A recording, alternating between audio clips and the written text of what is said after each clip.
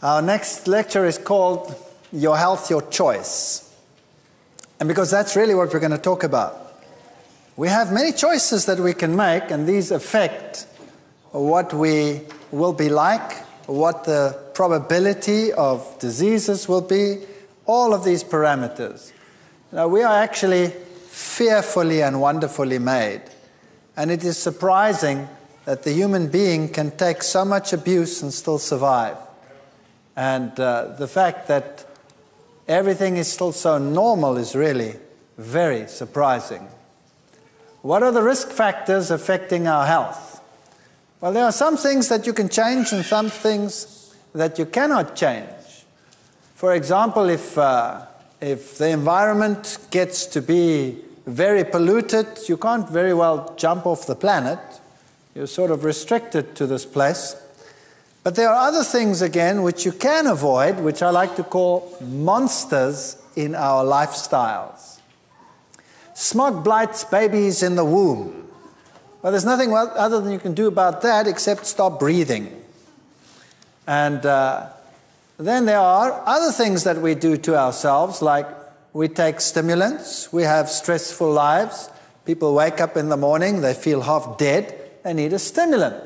So one grabs for a cup of coffee or a cup of tea or a cola drink or a cigarette or any one of those just to get going.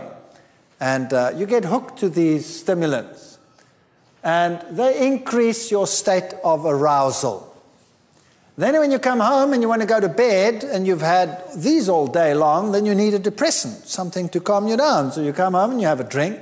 Some people have alcohol or spirits, some go for narcotics, some are hooked on medication, some take aspirins, or some just smoke pot, cannabis, marijuana, whatever. And then you can even have some people that try to opt out by using hallucinogens, LSD, ecstasy, any one of those, and if you're really down and out, you go for the inhalants. All of these have their problems. Let's first look at alcohol, generally speaking. If you want to have active natural killer cells, that's a type of immune cell that gobbles up aberrant cells, like cancer cells, for example, then it's good that you should actually have no alcohol. A bout of heavy drinking influenced the ability of natural killer cells to destroy cancerous cells, that's been shown, and very small amounts of alcohol can also prevent these cells from actually changing or undergoing attacks or taking part in your immune capacity. So even small amounts of alcohol reduce your immunocapacity. Cirrhosis is not something that only comes from heavy drinking. Women particularly can be prone to cirrhosis of the liver, even if small quantities are consumed. Here, for example, is a normal liver. Here is a cirrhotic liver. Notice the fat deposition. Children, for example, many can be born with what we call fetal alcohol syndrome. Typical would be a small head circumference, low nasal bridge, eye folds, short little nose, small mid-face, thin upper lip. And not all of these features present at the same time, necessarily, but typically that would be fetal alcohol syndrome. You know, it's very strange that women who drink excessively while pregnant have a 30 to 45% chance of having a child affected, but notice that just 2 mixed drinks per day seems to be the level at which damage occurs. So even a small amount of alcohol is detrimental to development. It's detrimental to your immune capacity. Everybody knows that cigarettes are bad for you. And typically, cigarette smoke per day and the incidence of cancer is very strongly correlated. Here, for example, if you've never smoked in your life, what's your probability of reaching the right old age, let's say of 85? If you've never smoked in your life, you go up to the red graph, and your probability is around about there, 35%. If you have smoked 25 cigarettes or more a day, the probability of getting there is less than 10%. It's quite a difference. What about getting to 70? Probability is actually very good if you've never smoked, 80% if you've never smoked, and the probability is only 40% if you smoke 25. So any reduction in smoking is already an improvement, but no smoking, banning would be the very best. If you look at world cancer rates, you'll see that Scotland, Hong Kong, Iceland, United States, Denmark are the ones way at the top there. And it seems like some of the industrialized countries are not doing too badly. Today there's a slight shift towards the non-industrialized countries. Lung cancer in the United States, males started smoking since the 1950s quite heavily, and then it increased rapidly to the 90s. Women lagged behind in this social adventure and only started smoking in 1965. Probably because women are more intelligent than men. Isn't that right? Absolutely. It must be, right? But it seems as if they are catching up eventually, and today there's actually a shift around. So given time, men get more intelligent. I don't know exactly how that works. Obviously, that's a pretty bad tumor over there. You don't want a lung that looks like that, or this is a typical smoker's lung compared to a smoke-filled lung of a non-smoker. And these are pretty bad. Here's an experiment that was done by a colleague of mine. We at our university were quite interested in lifestyle diseases. And this man over here, Professor Moritz, he did a lot of research. He's world-renowned for his nicotine research. And he did some fascinating studies on rats. And here you see metabolic rates, for example. Let's just look at this one. Glucose, burning glucose. Normally, a little rat would have that burning capacity, micromoles per gram per hour burning glucose.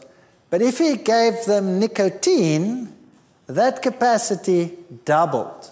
If he withdrew the nicotine, then it went way, way low.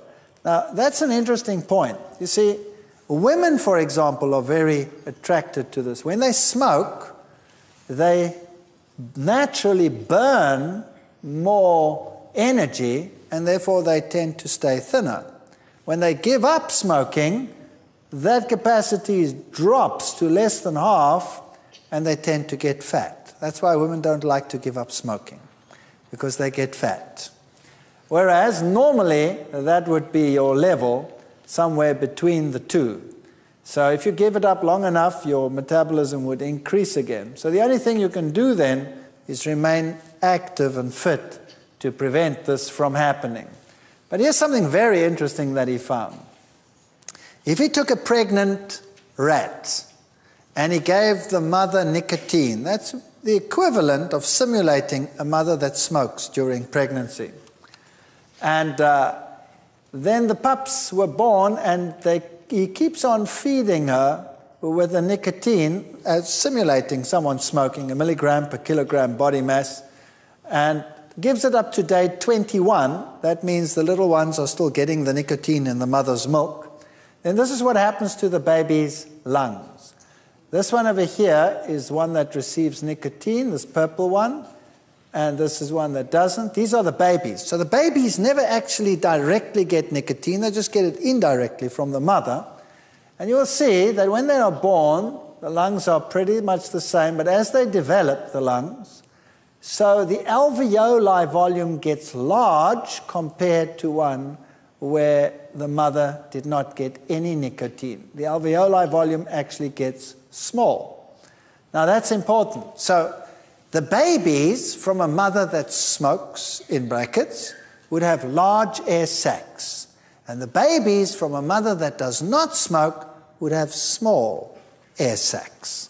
Not only that, if we look at the number of alveoli, we have the same thing.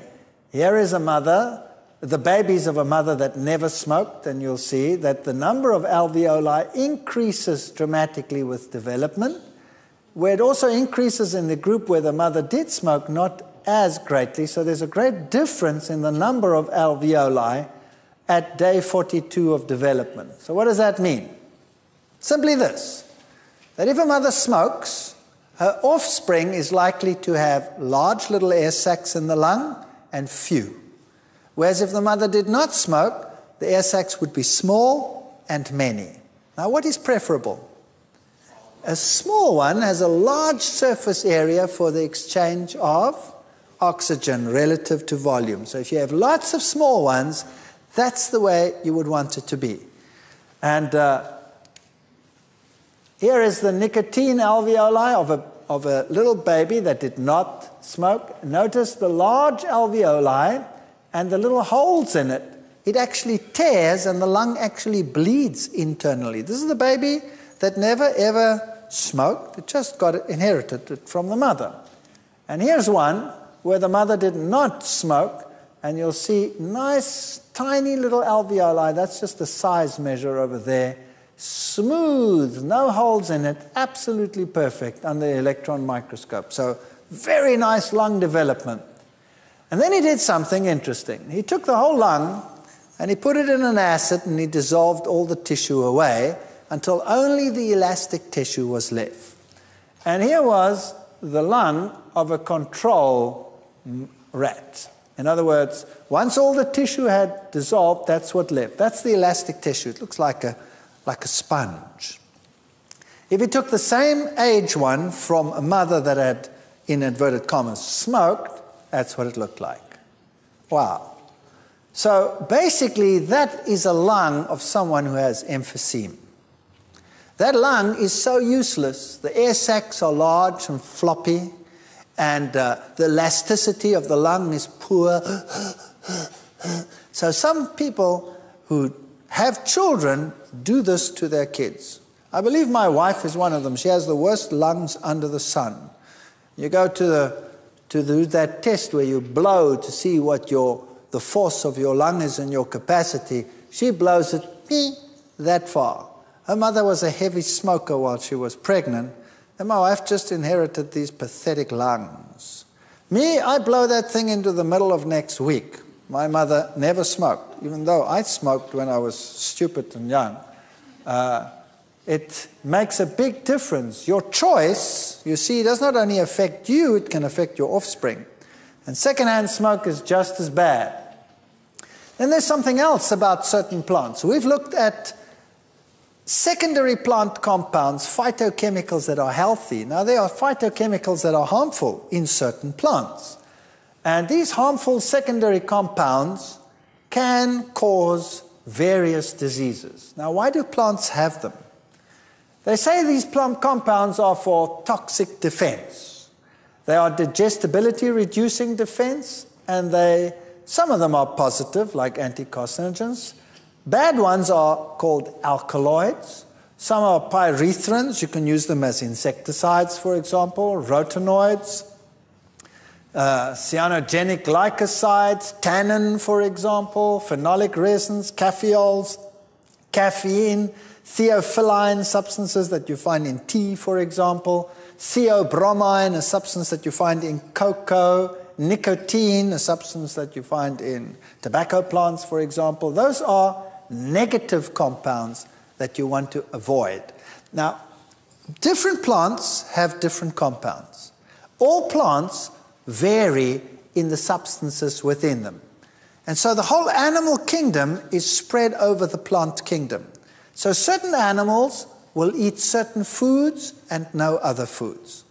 So, for example, the tobacco hornworm is a worm that feeds on tobacco plants.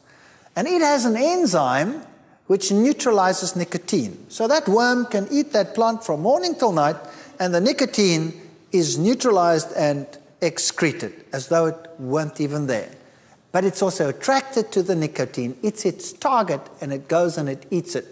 The koala bear is attracted to eucalyptus oils.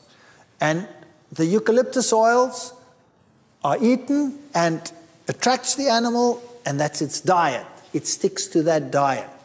Another animal comes along, tastes eucalyptus oil and goes, doesn't eat it.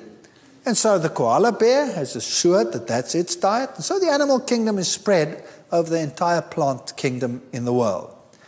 Now, it's very interesting that an ungulate, for example, the eland, which is the largest ungulate in the world, that goes along and it will eat acacia leaves. And the same happens as would happen in tea or in coffee. And we'll talk about that as we go along. Here's the coffee bean. That contains caffeols and it contains caffeine. Caffeine and theobromide, the one that you find in cocoa products, are very, very similar. Fatty acid concentration gets increased when you consume these. Blood pressure increases, stomach acid, adrenaline, noradrenaline levels start increasing, gives you a fight and flight mechanism, a stress reaction. Digestion and absorption time is increased. Caffeine is toxic. It interferes with muscle action. It's an enzyme suppressant. It's a carcinogen. 500 grams of tea contains enough caffeine to kill 1,000 mice. That's just one packet of tea. And it's mutagenic. For example, tetragenicity, more than the normal number of fingers, hair lip, and cleft palate. If you feed rats caffeine, then they develop tetragenicity, more than the normal amount of number of digits. Or they develop hair lips, cleft palate, and what they also develop is exencephaly. There's a higher incidence of exencephaly, the brain developing outside the body. And that's not too uncommon in the world today either. These are the substances that you find in tea, coffee, and cocoa. Theophylline you find in tea, theobromine you find in cocoa products, and caffeine you find in tea and in coffee. Now, these substances would normally prevent animals, other than those that are adapted for that particular compound, to stay away from those plants. And that is a way in which the animals are spread over the over the plant kingdom. Now, what happens when an animal consumes something that it's not geared for?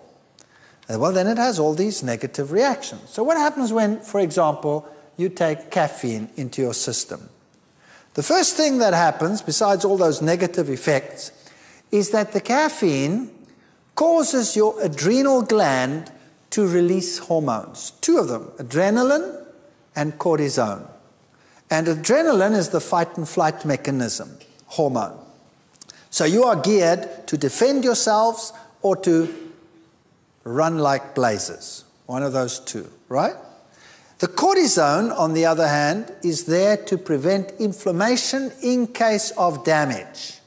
And it is also there to make sure you have enough energy to do the fighting and the running. So what happens is the cortisone affects the liver, and the liver releases huge amounts of glycogen into the bloodstream. And that's the same as taking a huge glass of sugar water. So you have all this sugar suddenly coming into the bloodstream, ready for the action, the stress reaction that you're going to take part in now. But why do people drink coffee? To go for a heavy run or to beat someone up? Yes or no? No, just to wake up. And where do they sit while they're doing it? At their desk at a computer. So what happens? All of a sudden you drink your coffee and you get a glucose surge. That means you wake up. And in actual fact, you're getting ready to run or defend yourself or beat someone up. But you don't. You just continue with the computer. So now what's your body going to do? It's going to say, whoa, I have an emergency here. So it has to react to this glucose surge, so it releases insulin, and down come your glucose levels. And then all of a sudden you're hypoglycemic, like we discussed just now. That means you're feeling lethargic, tired, stressed. What's the solution to the problem? I need another cup of coffee. So you get another cup of coffee, and you go through the same process over and over and over again. And instead of doing what you're telling your body is happening to you, you are shunting all of this into a totally different direction. It's the worst thing you could do with your body. Tea. Now here's a typical tea plantation. Look how nice and square it is. And there is my example of this nice animal, the eland. Now, the animal that you see on the screen there does not eat tea. It eats acacia leaves. Now, the eland is attracted to acacia leaves, and the acacia leaves have tannin in them. Now, as the animal eats the acacia tree, the tree actually protects itself against overgrazing. So what happens, as the leaves are broken, they release a pheromone, and the pheromone warns the tree and the rest of the trees around something's breaking the leaves. It's a fascinating system. And the trees respond by increasing the levels of tannins in all the leaves. And then at a particular point, the eland will bite and the leaf is astringent. And so it will leave the tree and go somewhere else. It won't eat the tree next door because that one's been warned as well and also is impalatable. So he'll walk about 50 meters and then he'll start grazing again. And then the same happens, and that's why the animals graze and walk and graze and walk and graze and walk. It's a marvelous system. Evolutionists say it developed by evolution. I believe it's design. I believe God put it into the tree to prevent the eland from... What prevents this animal from just stripping the whole tree? What prevents it? Nothing. Here's a mechanism that tells it, enough for you, off you go and eat elsewhere. Now there's something else that's interesting. A tree wants to grow. And so the young leaves and the buds are protected as well by putting higher levels of these noxious compounds in the young leaves. We call it the ephemeral tissue, into the young leaves and buds. And then the animals come and eat, and they eat the older leaves rather than the young ones, because the young ones are impalatable to them. And that way, the tree can actually grow even though it is being grazed upon. That makes sense, doesn't it? Imagine if animals came along and only ate the young growth. The tree would never be able to grow. No plant would grow. That would be the end of it. So nature is designed so that there is no overgrazing and that plants can grow even though they are a food source for animals. It's actually a magnificent system. So now, what have we established?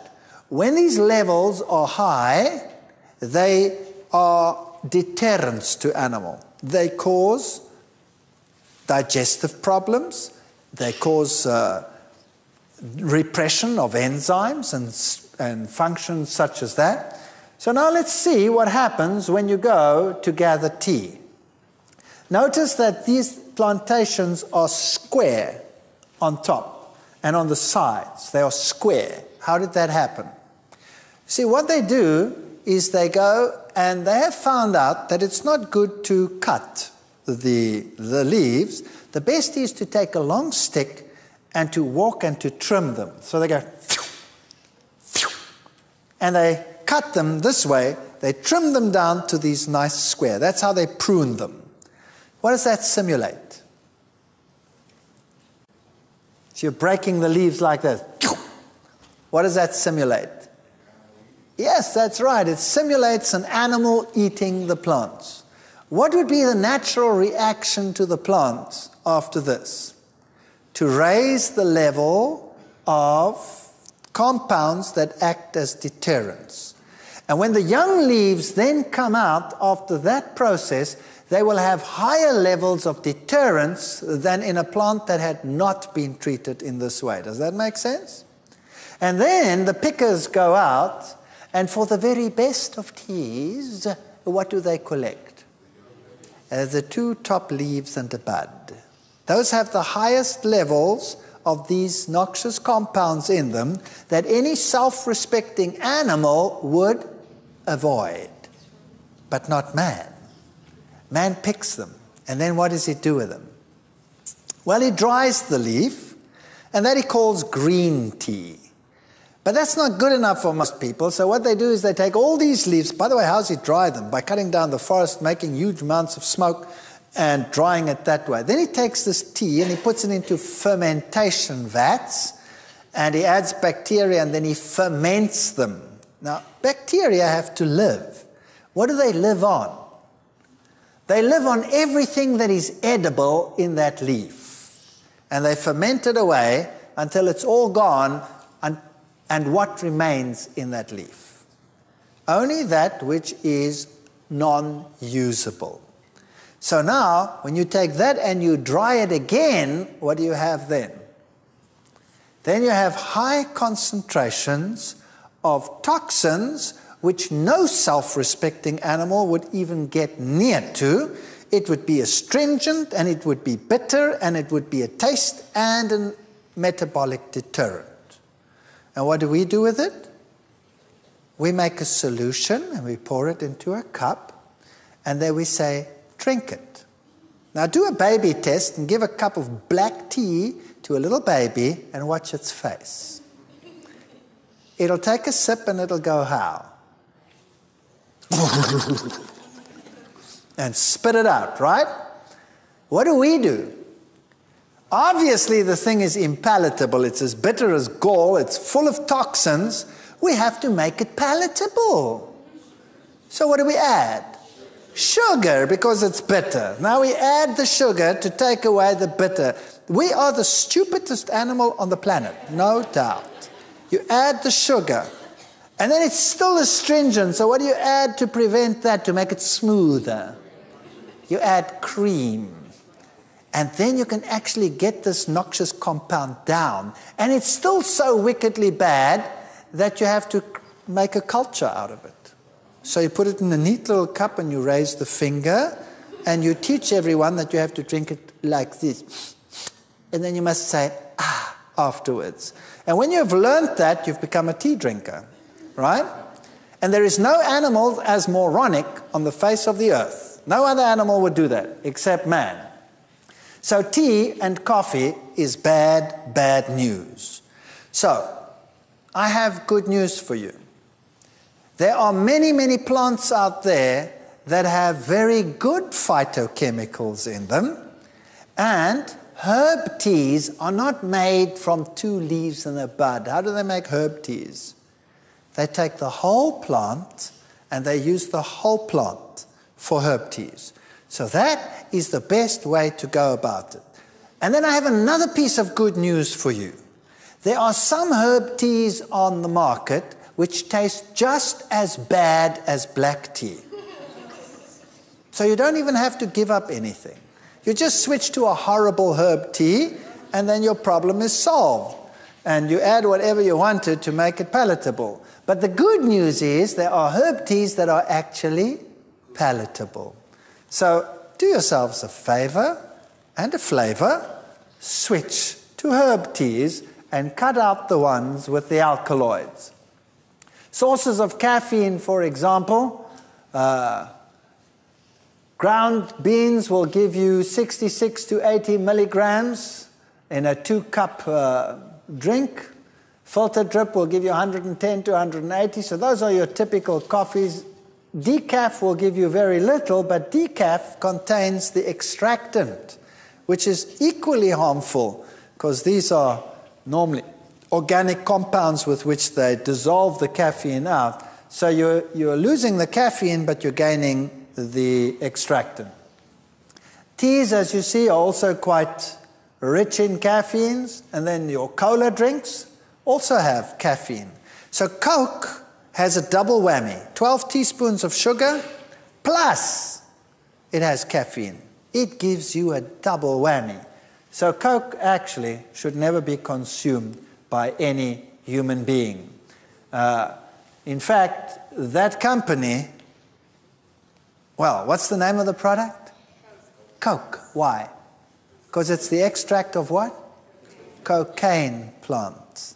And these days they have to extract the drug but it makes it addictive, or it used to in the past probably, and now they just add caffeine to solve that problem, because that'll make it also addictive, because they'll make you constantly hypoglycemic and on you go, and it makes it addictive. Chocolate products are bad, bad news.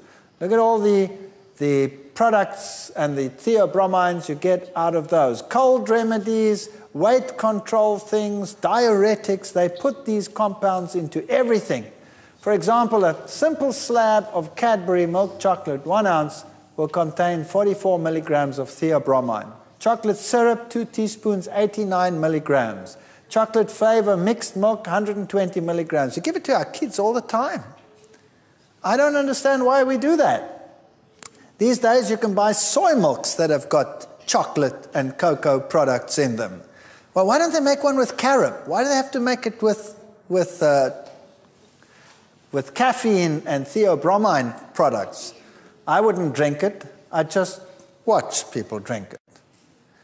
Now, that's one thing we can avoid. Remember, this lecture is called Your Health, Your Choice. It is your choice whether you want to drink cocoa products, whether you want to drink teas and coffees, when you could drink herb teas, and you could replace your cocoa products with carob products and retrain your palate, and you don't really have to give up anything, you just switch to something better. And there's something else that we do. Fats and cardiovascular diseases. The type of fats we consume are very important in terms of how we live and how we die. For example, amongst men, the big killer is heart disease. And about 27% of men will die eventually of heart disease. In women, the situation is better, or so they might think.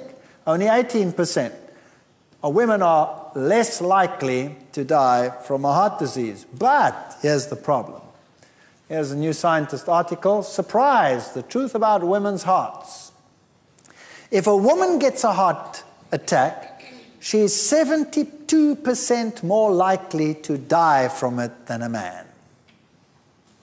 72% more likely to die from it than a man. Why? Well, the reason is that a woman has these estrogen hormones. And estrogen is what's going to cause the problem.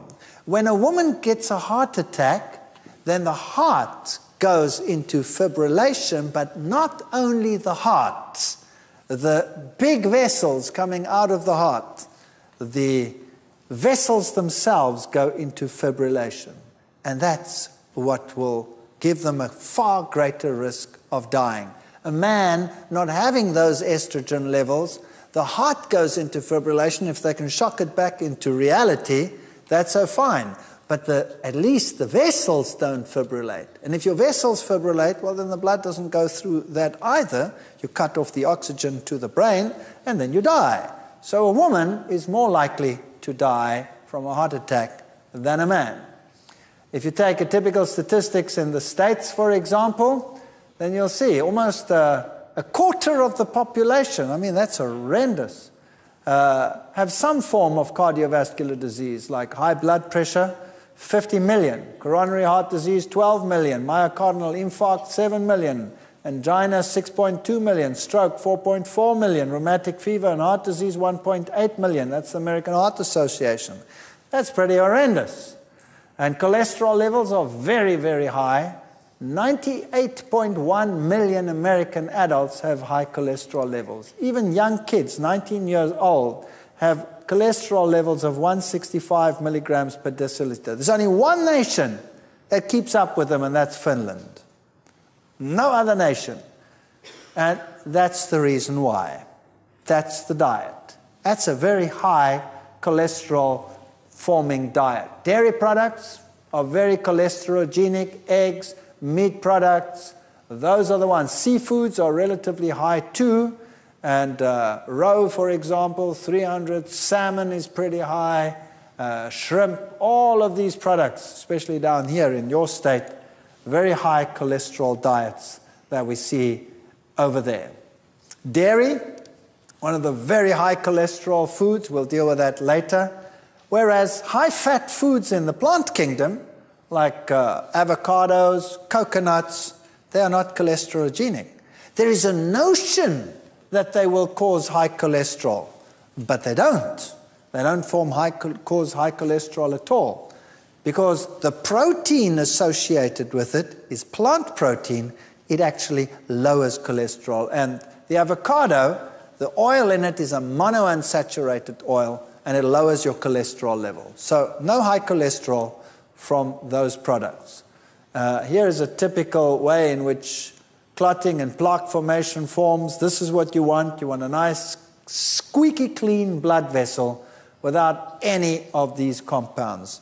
People today say that cholesterol is not really the problem. In actual fact, they're right. Cholesterol is not the problem per se. It's the way in which the cholesterol is distributed that's the problem.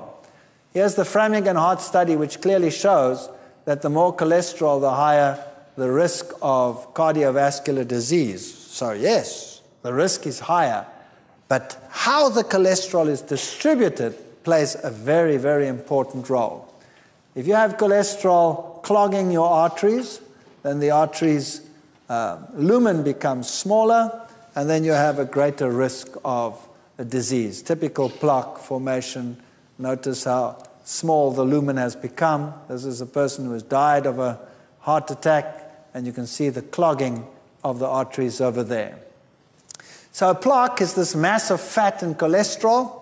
Arteriosclerosis is hardening of the artery. Often calcium deposits come in there because you have such high acid diets that the calcium even deposits in the blood vessels. Then you can get clots, and they can start floating around and cause strokes and heart attacks and all kinds of problems like that. And by the way, if you're an African American, then you have twice the probability of getting these diseases than if you are a European white stock. That's just the luck of the draw. It just happens to be so. And I think the reason is that the population that is derived from black Africans in Africa has had a shorter time to adjust to high-fat diets than the Western typical European society. So that's just something we have inherited over time, a greater capacity to deal with a bad diet than the poor black people have that have had a shorter history of such diets. Now here's something that's very fascinating. The American Heart Society started warning against saturated fats and said they were the ones that caused heart disease. And by the 1970s, this started taking effect. And the average American started changing his diet, taking more polyunsaturated fats and less saturated fats. Is that correct? And they told everyone to switch from what to what? From butter to margarine. That's right. And lo and behold, it worked like a bomb. Here's the American figure, and you can see that heart attacks dropped dramatically between 1970 and 1993 when this advertising campaign made the people aware that they had to change their diets. In the UK, you had exactly the same thing. They were a little bit slower in taking off, but their heart attack rates also came down. The Japanese, in general, didn't have that problem to begin with in those years. Didn't have the problem. So, obviously, the problem was the saturated fats. And so, all over the world, advertising campaigns started saying, switch to polyunsaturated fats and prevent heart disease. That was great. But what about fats and cancer? Same time period. While down came heart attacks, in the same time period, up went cancer. Breast cancer soared, prostate cancer soared. Now, what was the problem? What was the problem? World all-sider cancer rates. Hungary, Czechoslovakia, Luxembourg, Denmark, Scotland, Hungary, England, Wales, all the high-fat consuming nations were the ones that showed the high cancer rates. And so in the 80s, they started doing experiments and found that your diet is affected by what you eat, and particularly your fat intake. So the more fat consumed by a nation, the higher the risk of cancer. The Netherlands, for example, was way up there. Denmark, UK, New Zealand, Canada, Switzerland, US, those are the top of the hit parade countries, high fat consuming nations. And they clearly showed that if you fed a rat a carcinogen, that's something that produces cancer, and you feed it a high fat diet, then it has more cancer than if you feed it a low fat diet. In fact, twice as much cancer. So obviously, fat caused the cancer. And the types of cancer particularly were breast cancer, colon cancer, rectal cancer, prostate cancer, and pancreas cancer. Those were the cancers that were induced by fat products. Well, breast cancer and prostate cancer, look at the prostate cancer. Switzerland and Norway are top of the hit parade. I'll be dealing with that when we're dealing with dairy products. Breast cancer, England and Wales, Denmark, Scotland, Ireland, and those countries, New Zealand, all the heavy animal fat nations were the ones that were involved there. Colorectal cancer, the same sort of picture, New Zealand at the top, Hungary, Denmark, those are the top cancer countries in the world. Now we're going to look at messing with fat, changing the structure of a fat. What does it mean? Now here's a normal saturated fat.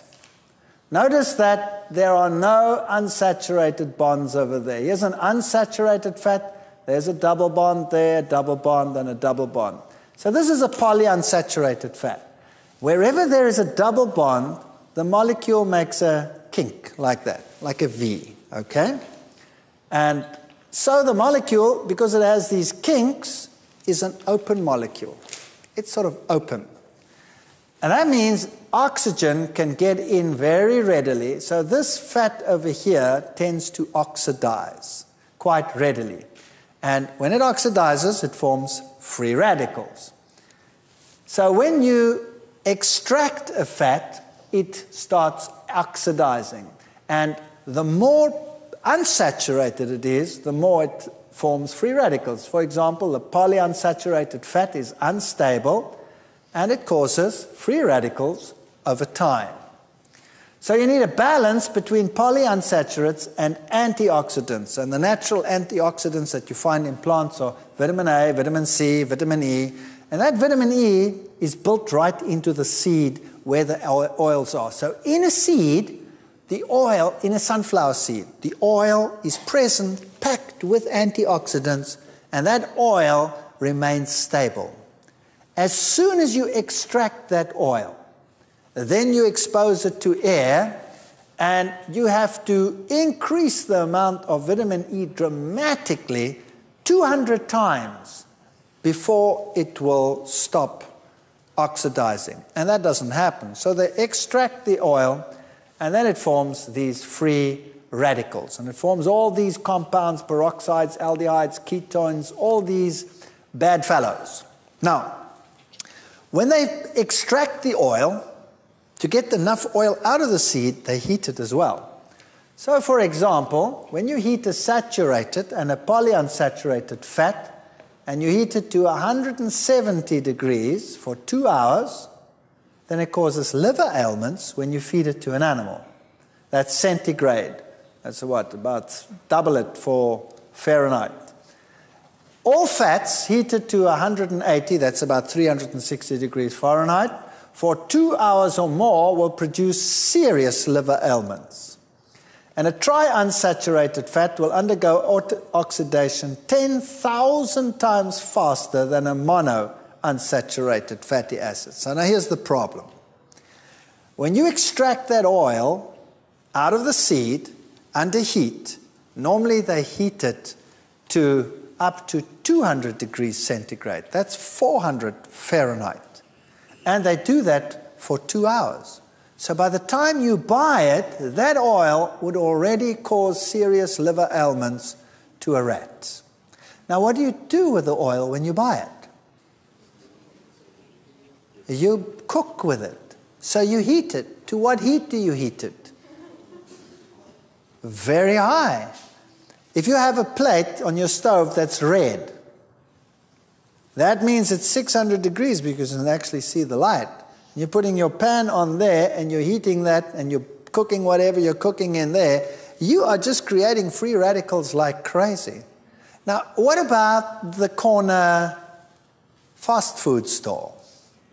That has huge vats with boiling oil, and they put the French fries in there and they do their thing. How long does that oil stay heated? Wow, you are actually buying carcinogens. Could I have a packet of carcinogens, please? Large or small, sir? Well, is there a difference in the price? Yes, the more carcinogen you buy, sir, the more expensive it gets. Oh, good. Can I have some, please? Isn't that what we do? All right. So this is bad, bad news. Notice that a triunsaturated fat oxidizes 10,000 times faster than a monounsaturated fat. Now, we know that the saturated fat is not really good. And in fact, animal saturated fat is the very worst of all. You know why? Because it has no antioxidants. Zero. None. So when you take an animal fat and you fry in that, it oxidizes quickly because there are no antioxidants in it. If you take a plant fat, it at least has antioxidants in it. Now, which fat would therefore be the very best fat to take? A tri or a mono or a saturated? Which one? Notice the mono will undergo oxidation 10,000 times slower than a tri. So which is the best fat to take if you're going to use an extracted fat? Mono. No doubt. Mono will be the best one to use. How would you like to have it extracted? Heat extracted or cold pressed? Cold pressed. See, it's all very logical. And you can choose. You can go to the store and you can choose carcinogen or polyunsaturated or monounsaturated heat extracted or monounsaturated cold pressed. It's your choice. Of course, it affects your pocket, but it also affects your health. Which one would you buy? Monounsaturated cold pressed. Which one do you think is the best one on the market? Olive oil. Why? Olive oil has stood the test of time. Canola oil is also a monounsaturated fat largely, but it's rapeseed and it has other components in it which might not be so hot, and it is a far stickier oil, generally speaking. So the one that one, if one is going to use it, would be mono olive oil.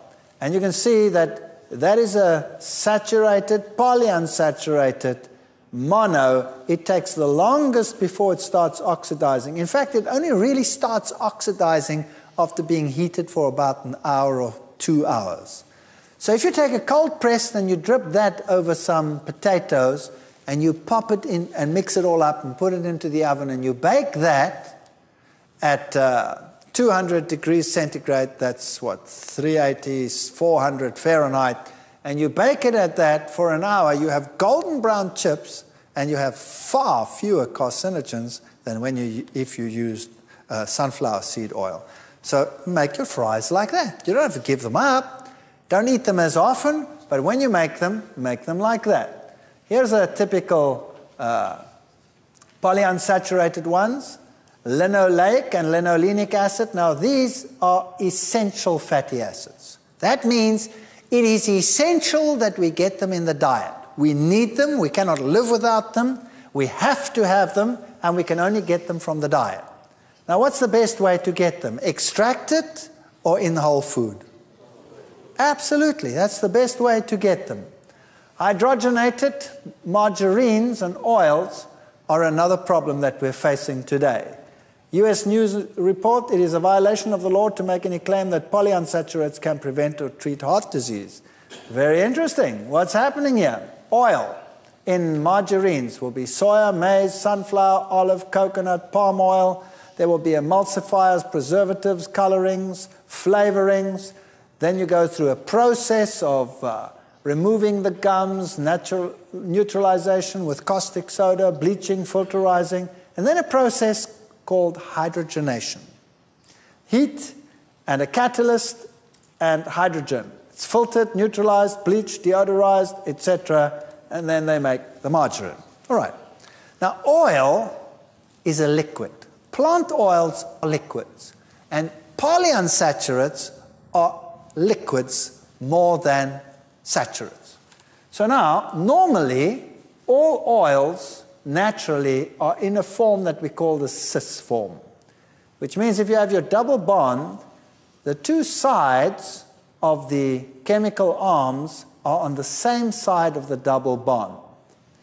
Now, when you change this fat and you hydrogenate it, you switch the one arm round. So then you have what we call a transform. Now, they are on opposite sides. I always explain it to my students. It's like giving someone a hug. If the two arms are on the same side, you can give him a hug. But it's very hard to give someone a hug when you look like this. It's very hard. So this form is the only form that our body recognizes. We have enzymes for this form, but we don't have enzymes for that form. Now, why do they change the form from this form to that form? The answer is this. That form is a liquid. The cis form is a liquid, and the trans form happens to be a solid. And they know that you do not want to pour your margarine over your bread. You want to smear your margarine over your bread. Does that make sense? And there's one other thing. When it is in this form, in the trans form, the bacteria don't have the enzymes to recognize it either. Which is good for the industry. That means that fat will not go rancid. But you know what? The younger generation doesn't know what rancid is. They don't know. This has gone rancid. When last have you heard that? It doesn't exist anymore. Why not? It doesn't go rancid. Why doesn't it go rancid? Because the bacteria don't want it anymore. Why don't they want it anymore? Because they can't digest it anymore. Good news, they have the same enzymes to digest it that you have. That means you can't digest it either anymore. So what is a margarine, really, if it's full of trans fats? It's a foreign substance. I call it shoe polish. You see? He already answered. I call it shoe polish. It's good for shoes, but for human consumption, no. So now you have a fat in you that you do not recognize. What do you do with it? What are you going to do with it? You're going to store it where you won't ever use it. Don't you store the things you don't use in the upper cupboards? Right? So you will store it under the skin, as far away from the heat source in the body as possible. And then it starts getting into the connective tissue and it makes bumps. And you look at it and you say, ooh, I've got cellulites. And you start training like crazy, but you know that stuff just doesn't go away. Have you noticed that? Cellulite just won't go away. The only way to get rid of it is to stop eating this plastic, which is trans fat, and exercise, and eventually it'll go out through the skin because your skin is oily, the cells burst, and the fat gets released that way, and that solves your problem. So trans fats are not a food. They are not fit for human consumption. They were never meant to be a food. They are good for the industry. And I have found out over the years that whatever is good for industry is normally bad for you. Isn't that so? All right. Now, unfortunately, they found out that if they add a certain percentage to normal oil, so that it still stays liquid, the bacteria don't like it as much either. So when you buy oils, sunflower seed oils liquid, read on the label, and it says sometimes partially hydrogenated. Have you read that before on the label? That means partially unfit for human consumption next time you read it, okay? And so don't use it. If you're going to use a margarine, use one that contains no trans fats, only natural oils, and uses something else to make it thick, like cornstarch or something like that they normally use. You can buy margarines like that, But generally speaking, any extracted oil is bad news. Let me explain why. Take a breath. Let's continue. Think about this. If I take a basin of water and I pour oil in it, and then I take hot water, warm water, and then I take a plate and I go dip out. What will my plate be like? Oily. It'll have if you run your finger along it, you'll have a film of oil on it. Isn't that right? Now, if you take free fat and you put it into your stomach, that's hot water, 37 degrees. Now you put food in it, and you dip it in, and each piece of food has a layer of oil on it. That means the enzyme, which is water-soluble in your stomach, can't get through, and it takes longer to digest, and you get fermentation. When it goes through to the rest of your intestine, you add bile salts, and the fat becomes miscible. It's already there, and the fat goes into the blood here in the top part of your intestines already, and it ends up in your blood, and now your blood has fat in it, and all your blood vessels, consider them plates that you're going dip, dip, dip, dip, dip, dip, dip, dip in the fat. And now your blood vessels contain all these, and the exchange of oxygen is slowed down.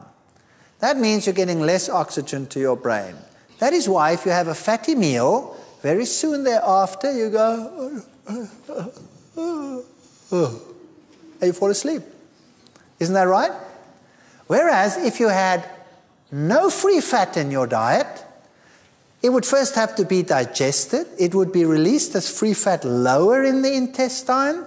It would be absorbed way low down and not go straight into the normal bloodstream. It would first go into the portal system, first go to the liver. The liver would work with it like a factory, take it out and pass clean blood to your heart, and you would never have that. So if you had a whole food diet, you would stay awake.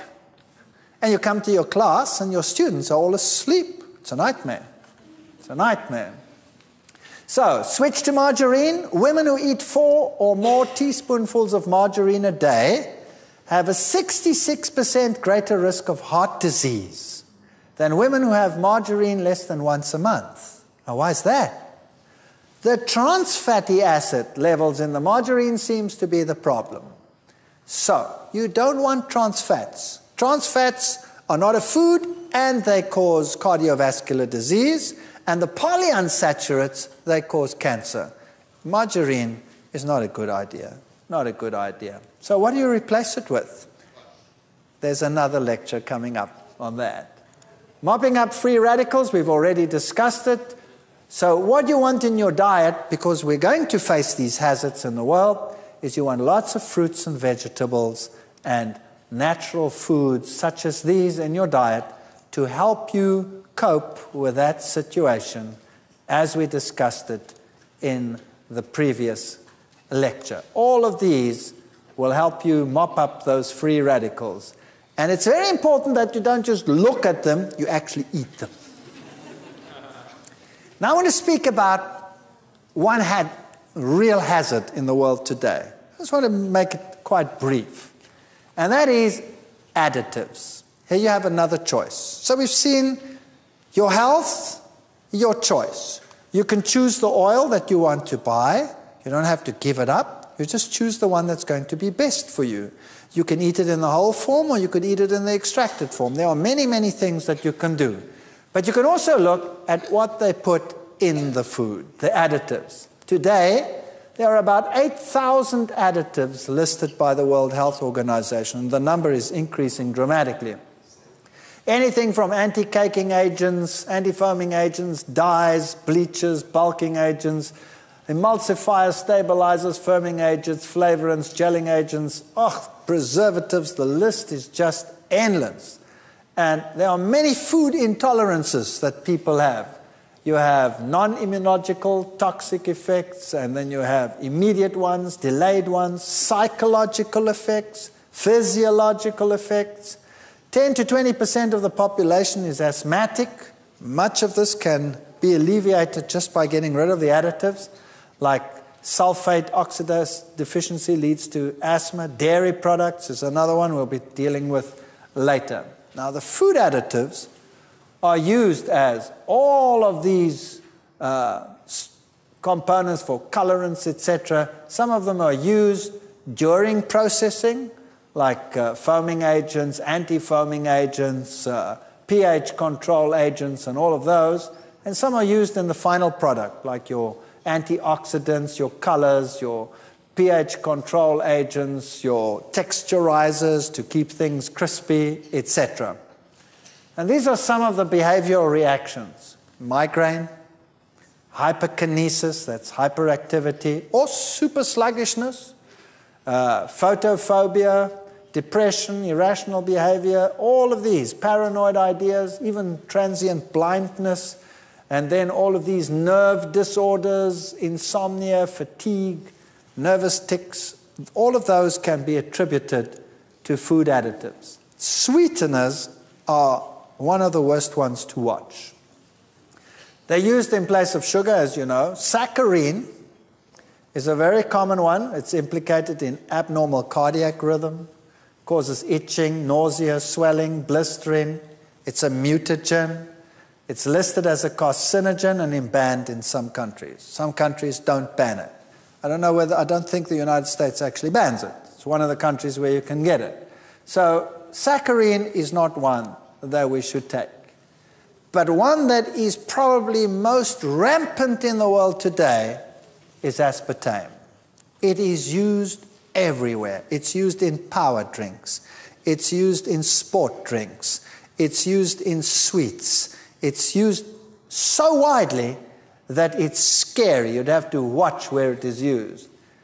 Aspartame is the technical name of a brand name such as NutraSweet, Equal, Spoonful, Equal Measure, all of those.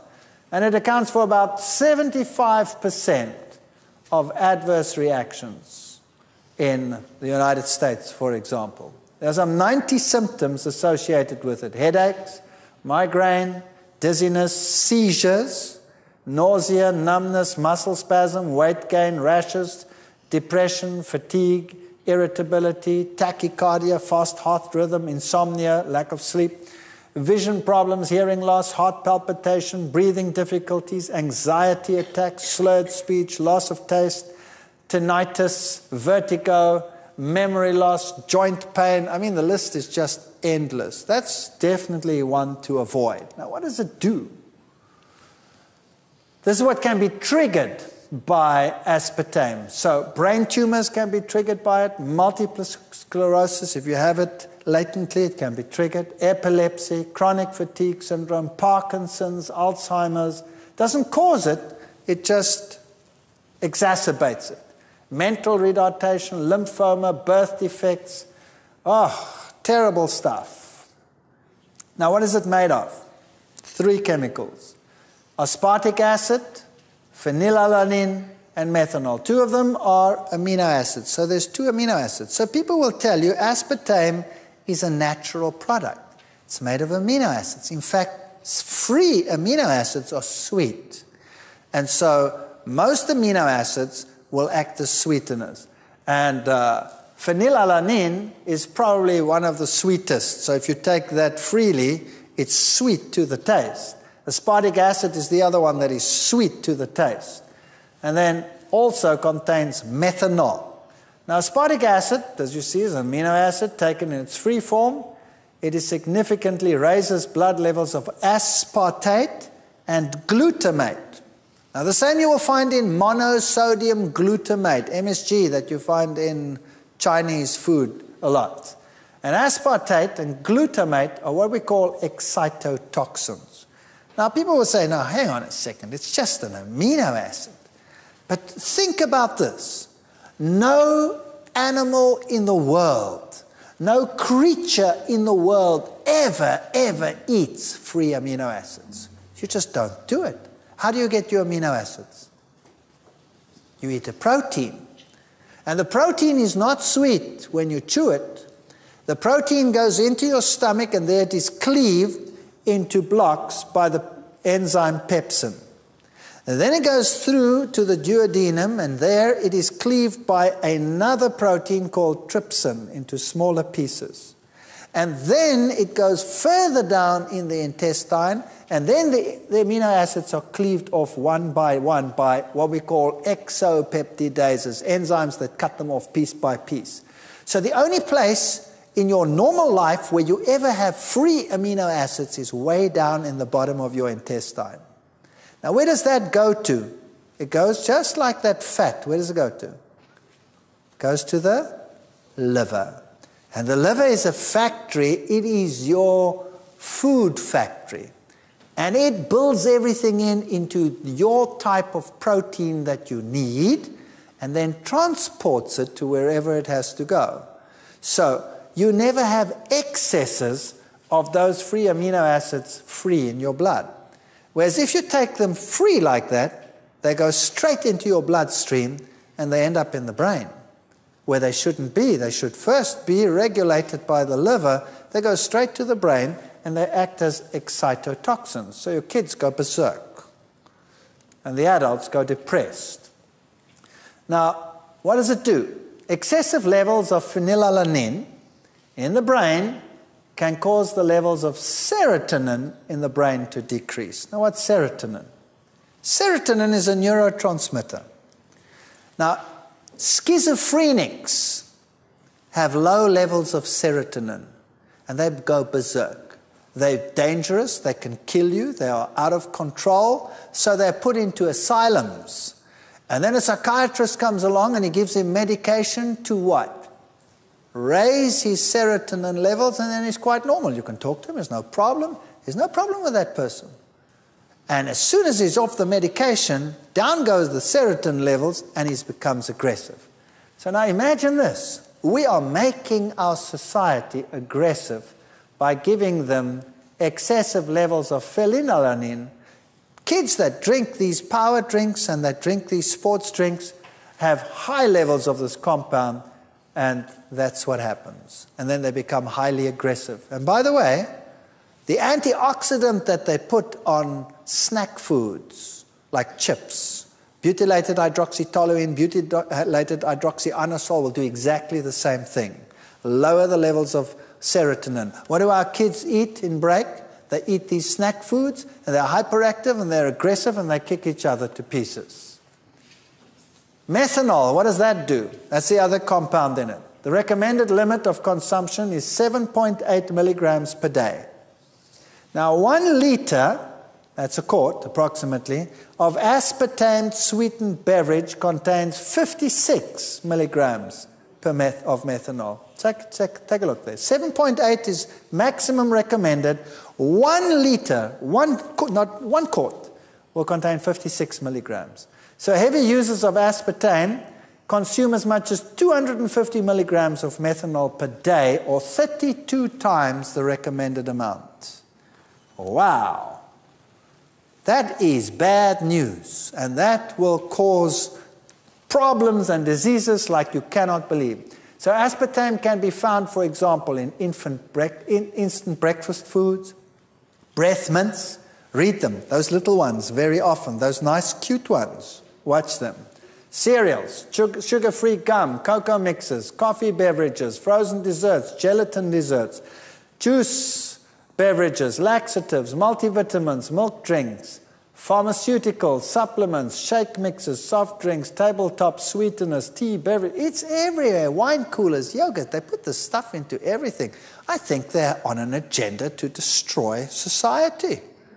I think that's what they want to do. By the way, the level of brain tumors in areas where aspartame was introduced is far higher than in places where it's not introduced. So it's even carcinogenic. MSG will do very much the same thing. General weaknesses, palpitations, headaches, cold sweating, shuddering, especially in children. So what am I basically telling you? By the way, if you take these sweeteners that consist of amino acids, this is what happens. Imagine this. You put this into your mouth and you pick up sweet. Your tongue tells you sweet. Now there's a nervous connection between your tongue and your brain, or else you wouldn't know that it's sweet, right?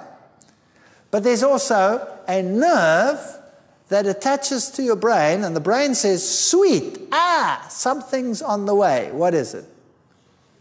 Sugar. And it sends an impulse down to the pancreas and tells the pancreas, sugar on the way.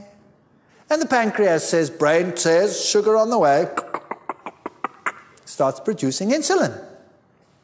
And then, after a while, no sugar comes. All you have is amino acid coming down. And the pancreas says, hello, what's going on here? Where's the sugar? The brain says, I know it's coming, I tasted it. Are you calling me a liar? Of course not. And so this communication goes on, and the pancreas responds every time to the brain and produces insulin. And then nothing happens. And guess what happens? It's just like a kid that you tell something too often. What do? They filter it out and they don't even hear you anymore. And so the pancreas stops reacting. And now you have a big something sweet. And the brain says, sugar on the way. And the pancreas says, and suddenly the sugar's in the blood. And then what you have? You have a crisis. You have too little insulin production.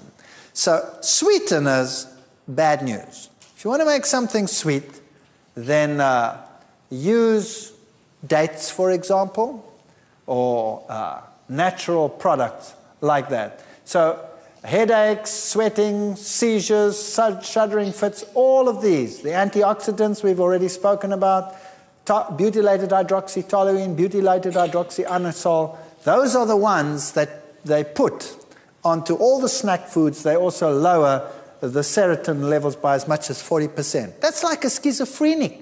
You're turning your kids into schizophrenics. Colorants cause hyperactivity, aggressiveness, allergic reactions, anaphylactic shock. Tartrazine is particularly bad. Preservatives, the sulfites that they use, they cause asthma attacks, for example. It's also a mutagen.